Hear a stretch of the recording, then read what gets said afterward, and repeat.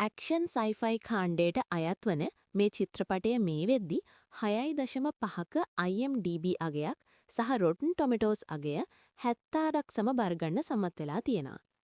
චිත්‍රපටයෙන් බිඳක් බොහොම කෙටියෙන් කතාව තුලදී සිද්ධ වෙන්නේ තම සහෝදරයාගේ කීමට සහ හීනය වෙනුවෙන් පුහුණු වීම මෙන්ම අයදුම් කරන්න තියා හිතන්නවත් අපහසු රේන්ජර්ස් හමුදා බලෑනියට සම්බන්ධ වෙන්න යන තරුණයෙක්ට පුහුණු වීම වෙල අවසානයේ කිසිදු අන්දමින් ජීවිතයට නොහිතපු පිටසක්වල ආක්‍රමණයකට මුහුණ පාන්නට සිදු වෙනවා. ඔහුගේ කණ්ඩායමත් සමග.